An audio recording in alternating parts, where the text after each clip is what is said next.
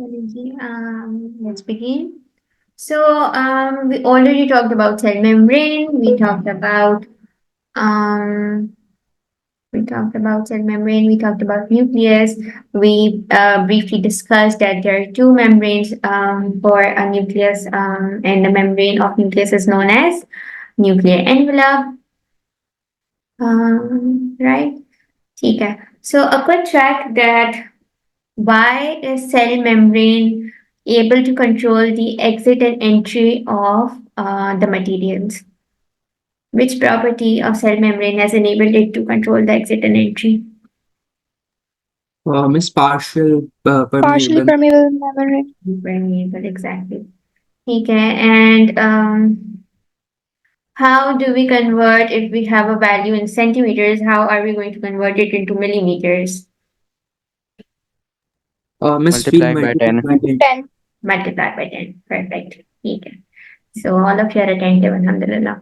Now moving towards ER. Remember we discussed that there is an organelle known as ER, endoplasmic reticulum, and we have two types of ERs. One of them is rough endoplasmic reticulum, one of them is a smooth endoplasmic reticulum.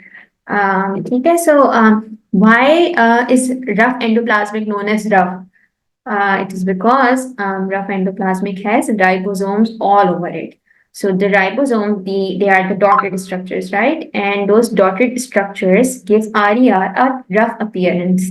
And one more identification of rough endoplasmic reticulum is that it is directly connected with the nuclear envelope. So with nucleus, you always see something coming out of it in long projections, and those long projections will be known as rough endoplasmic reticulum. And the function of rough endoplasmic reticulum is that it is responsible for protein synthesis. So let me show you RER. You may be able to understand it.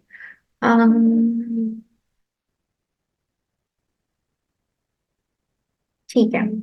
So over here, this is a eukaryotic cell. This is basically an animal cell. Okay, so animal cell has this nucleus. We already talked about nucleus. We talked that it has two membranes, and these membranes are known as nuclear envelope. So I just said that rough endoplasmic reticulum is directly connected with nuclear envelope. Can you see these long projections coming out of nuclear envelope?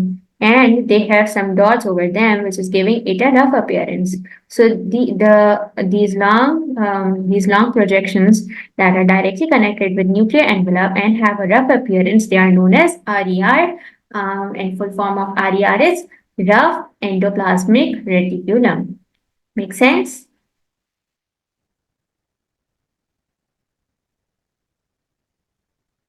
They are for protein synthesis. Yes, their function is to synthesize protein to make proteins. And what is the function of nucleolus?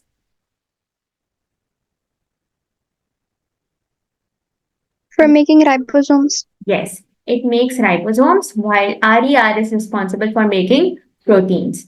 ठीक है, clear है? Differences समझ आ रहे? Okay, perfect. Then the other ER we have is SER. SER is known as smooth endoplasmic reticulum, and with the name specifies itself that it has a smooth appearance. It does not have ribosomes all over it. And we need to understand that how are we going to differentiate between SER, RER, and Golgi apparatus, because these three organelles tend to make students confused, and they just mess the simple concept of all three of them. So I'll give you some tips to differentiate between SER and Golgi apparatus, but let's just focus right now. Wait, let me enlarge it. Can you see that in SER, all the projections are interconnected with each other? They are not separated, right? All of them are interconnected. These have connected projections, right? ऐसे ही है ना? SER में से सब चीजें एक दूसरे से सारी जो प्रोडक्शंस हैं वो सब they are all connected. So SER and Golgi apparatus का one major difference is that Golgi apparatus are not interconnected with each other. See, this is Golgi apparatus. We'll discuss Golgi apparatus का function, but I'm just telling you how to differentiate between both of them. So SER is interconnected while Golgi apparatus is not interconnected. All of them are separated from each other. And the other tip with which you can identify Golgi apparatus is that Golgi apparatus will always have some vacuoles around it, either on one side. And we can see that these are few vesicles, right? So Golgi apparatus will always have few vesicles around itself, while they'll also be separated from one another, while SER will be interconnected. Okay, so this is how you'll have to remember that what is the difference between RER, how are you going to differentiate between SER and Golgi apparatus, because at times you will have to label them in your paper twos. And a very repeated question of identification of SER, RER and Golgi apparatus comes in paper 1 as well. So when you will do past papers, you'll be able to understand. But right now, take the concept that RER has a rough appearance. Why? Because of ribosomes, and it is interconnected with nuclear envelope. Then SER, or the projections of SER are interconnected with each other, and they do not have ribosomes. They have a very smooth appearance, while Golgi apparatus, all of the projections of Golgi apparatus are separated from each other, and they have tiny vacuoles around itself. Okay? So now moving towards their function. So RER is responsible for protein synthesis.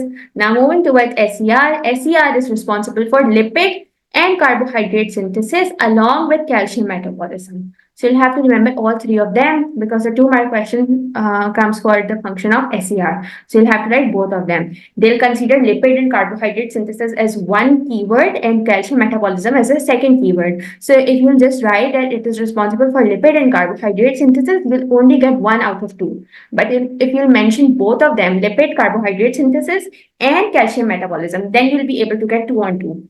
Okay, so these are the tips that you need to remember for your papers when you'll attempt them, inshallah.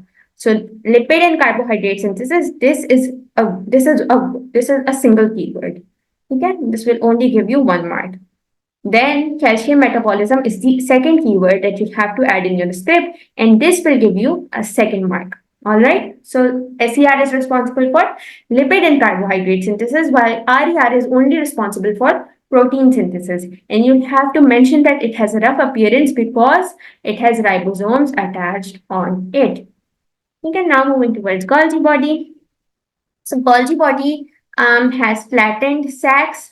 This is an important keyword once again. It has flattened sacs of membrane similar to SER, but we now know that how are we going to differentiate between Golgi and SER. So the function of Golgi body is that it modifies proteins that are coming from RER. It modifies them and it packs them into vesicles or lysosomes. So we'll discuss what lysosomes are. Just give me a minute. Okay, so we'll discuss what lysosomes are, but we need to remember that RER was responsible to synthesize protein. Then those protein are further packed into Golgi body, and then they move out of the cell wherever they are needed. Okay, but when those vesicles, when they do not move out from the cell, they become lysosomes. Lysosomes are those vesicles that have been modified, but they remain into the cell. All right. Are we clear so far? Have all of you understood RER, SER, and Golgi body?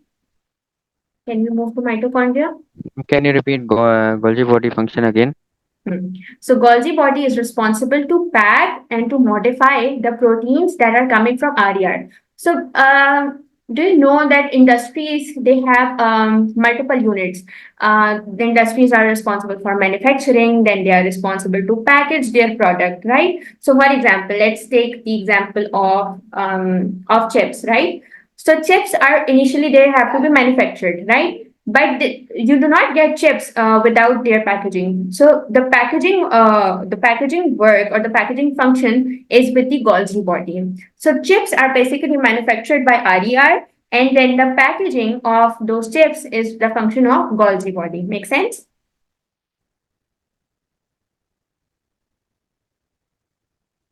Abdul Rahman? Yeah? Yes, yes. ठीक है जी. Can you repeat the function of ribosomes? I did not mention the function of ribosomes so far. Sarosh? I haven't discussed ribosomes. Okay. So then I said that Golgi body is responsible to pack the proteins that are coming from RER. It modifies them, it packages them, and then those vesicles of protein they are moved out of cell. But if they do not move out of cell and if they remain within the cell, then they are known as lysosomes. Okay, so this is one more organelle. We'll discuss it into when we'll come to the other slides. So far, are we clear?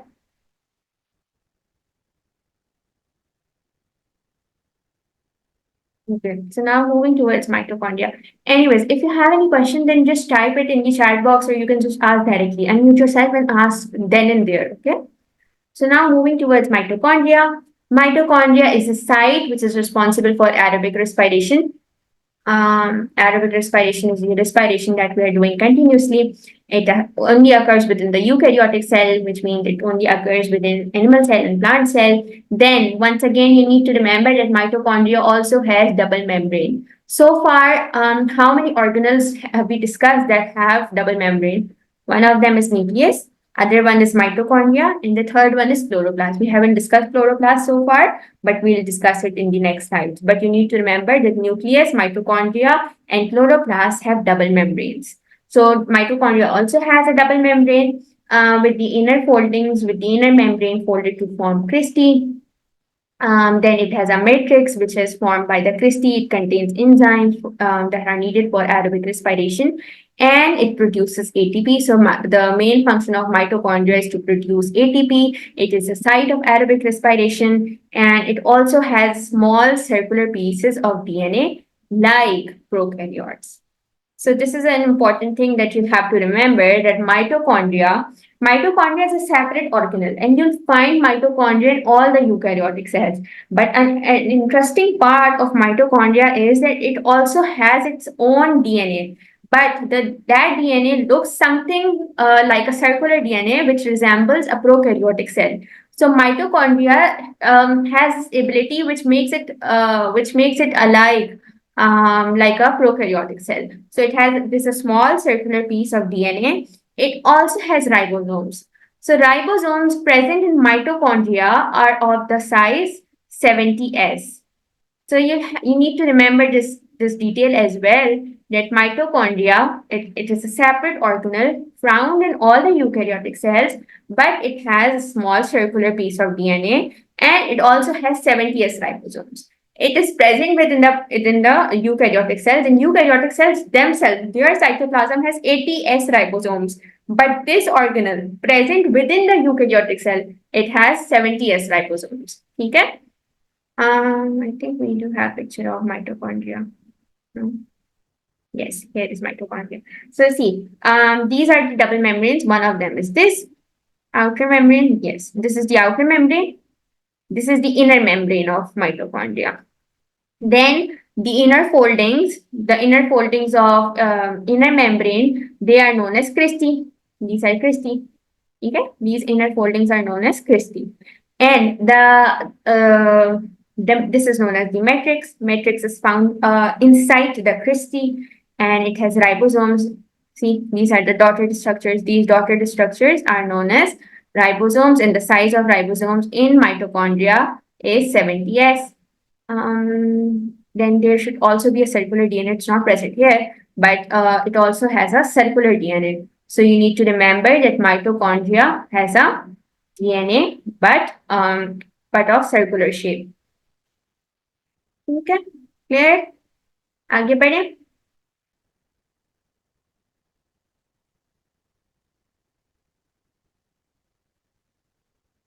Now, coming towards ribosomes. So we discussed that there are two types of ribosomes, 70S and 80S. 80S are found in eukaryotic cells, 70S are found in prokaryotic cells, and they are dotted structures with two small subunits. So they are found freely in the cytoplasm of all the cells, be it prokaryotic, be it eukaryotic, or as a part of rough endoplasmic reticulum in eukaryotic cells. We just discussed that RER has a rough appearance. Why? It is because of ribosomes. Then it is also found in mitochondria and it is also found in chloroplast. So the ribosomes that are present in chloroplast, they are also of 70S. Okay? And chloroplast also has its own circular DNA. Then there are two types of ribosomes, 70S and 80S.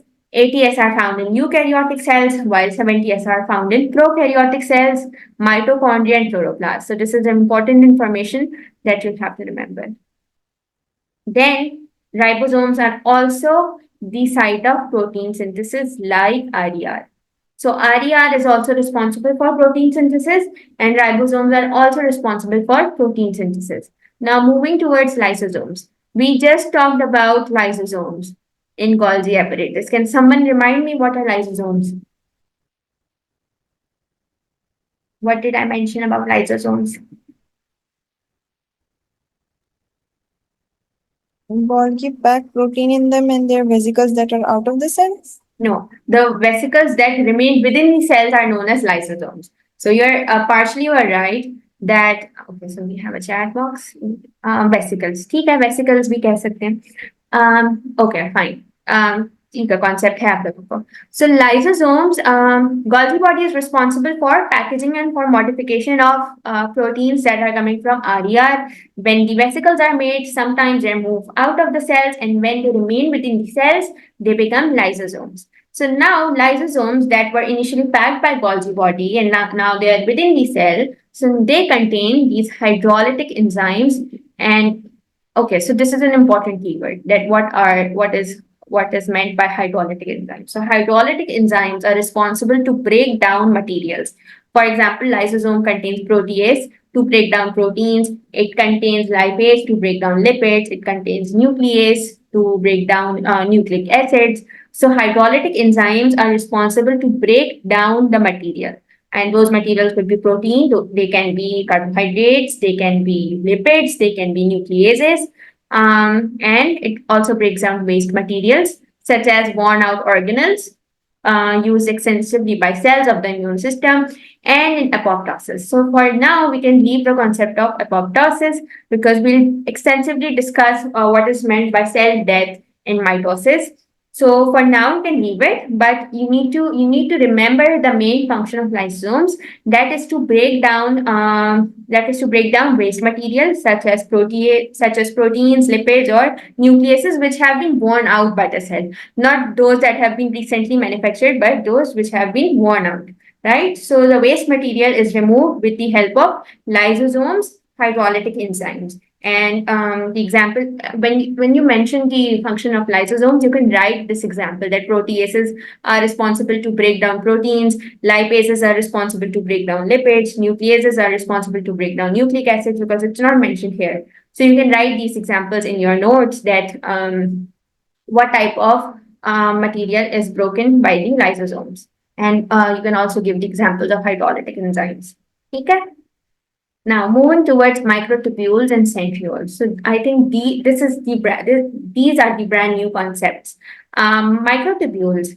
Let me see if we have a picture of microtubule. Okay. So this is microtubules. And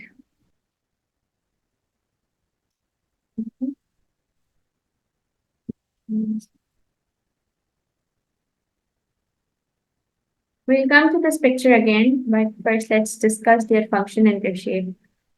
Okay. So microtubules, they are made up of alpha and beta tubulin. So tubulin is a protein. Okay. So tubulin is a protein, and the tubulin is of two types, alpha and beta, which makes microtubules. Okay. So we can write it over here. We can make a flowchart of this. Tubulin is a protein. Okay. In bracket, you need to mention that it is a protein because you'll forget when you revise. Tubulin is a protein, and there are two categories of tubulin, alpha and beta. Okay. Alpha है और beta है. So alpha and beta components of this protein, they combine and they form microtubules. समझ आया जितना बताया? Microtubules.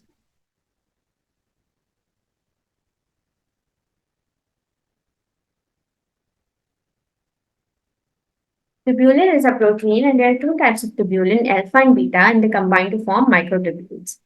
Acha, how are they making microtubules? This is not as simple as I have mentioned. First, initially alpha and beta, for example, if this is an alpha part of the tubulin, and let's say this is the beta part of the tubulin. Okay, these alpha and beta, this is alpha and this is beta. Right. So tubulin has two categories, alpha and beta. So basically, what happens is that alpha tubulin, beta tubulin, they combine to form dimer. DIMER. I'll suggest that you also make these drawings so you could remember the entire concept of microtubules. Okay, so tubulin is of two types, alpha and beta. Then alpha and beta, each molecule of alpha and beta, they combine to form dimer. And then, so here it is also written the dimers. Alpha and beta tubulin combine to form the dimers. Then these dimers, they are joined into protofilaments. So alpha and beta tubulin, they combine to form dimer, and they then form protofilament. Okay, with their combination, if we combine alpha, then beta, then again alpha and beta, so they then will form protofilament. So dimer will form protofilament. And what exactly is dimer? Dimer is the combination of one molecule of alpha and one molecule of beta tubulin. So dimer will eventually form protofilament. Protofilament.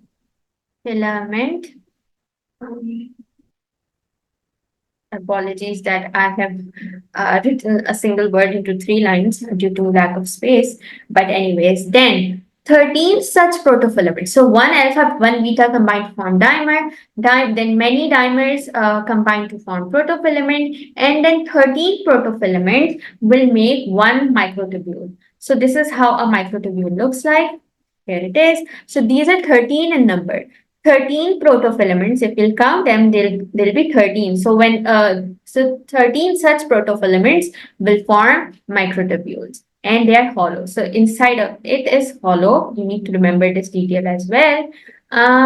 Then what exactly is the function of microtubules? So they make up the cytoskeleton. So cyto means cytoplasm. So they basically make the skeleton of cytoplasm, not with the bones, obviously, not the same not the same skeleton that we have, but it gives a proper structure to cytoplasm and eventually to a cell. And it is 25 nanometers in diameter. You need to remember this. Then, what exactly is the function of cytoskeleton? So, cytoskeleton provides support, like I said, and it enables the movement of the cell, of the animal cell, right? So, microtubule, let's summarize the entire concept that microtubule has a tubulin is a protein. So alpha and one molecule of alpha and one molecule of beta combine to form dimer. Then many dimers combine to form protofilament. Then 13 protofilaments combine to form microtubule, which is 25 nanometers in diameter, and 13 protofilaments when they make up a microtubule. So we can use microtubule to form cytoskeleton, and cytoskeleton is the skeleton of the cell or the cytoplasm, and the function of cytoskeleton is to provide support and movement of the cell. Then we have centrioles. So centrioles are hollow fibers. They are also made up of microtubules. So microtubule is responsible to make cytoskeleton, and it is also responsible to make centrioles. Then it organizes the spindle fibers during cell division. So this is the function of centrioles, to organize the spindle fibers. So once again, you do not need to worry about this pointer because we'll discuss what spindle fibers are in chapter 4. I'm not sure if it's chapter 4 or what, but in the chapter of mitosis, because we'll extensively discuss the function of centrioles and spindle fibers and the entire concept of cell division. So as for now, just remember that microtubules are responsible to form cytoskeleton, and they're also responsible to make centrioles, and centrioles are hollow fibers. This is it. Okay. So now we have a very short part of this chapter left, and we'll cover it in the next class. Yes, I think we just have 3 more slides to go, and then we'll be done with this chapter. And then in the next class on Saturday, we'll proceed with the past papers of this chapter, inshallah. And on Sunday, next Sunday, we'll begin with the chapter of cell membrane. So till then, take care and Jazakallah khair for joining.